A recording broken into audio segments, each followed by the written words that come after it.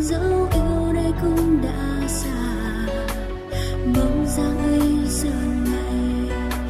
biết đang vui nơi phương nào, vẫn riêng mình em nhớ,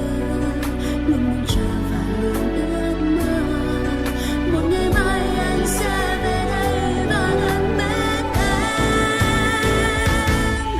Giờ em khóc nước mắt ngặt ngào, kỷ niệm vỡ tan bao ngày qua, dù đã biết sẽ chẳng được gì đành quay bước mau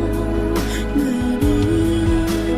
đến chiếc lá thu vàng bằng giọt nước mắt muôn màng lỡ làng mà người đâu hay chăng. Người đã nói yêu em vậy mà người đành đã quên sao vội xóa, giờ em vẫn nhớ tháng ngày nào tình ta trước khi biệt ly, quên đi không sao đành vì con tim quá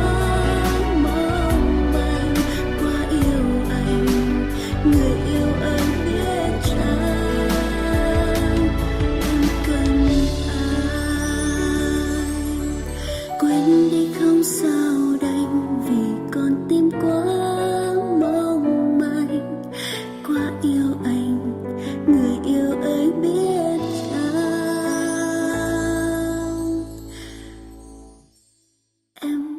cần ai.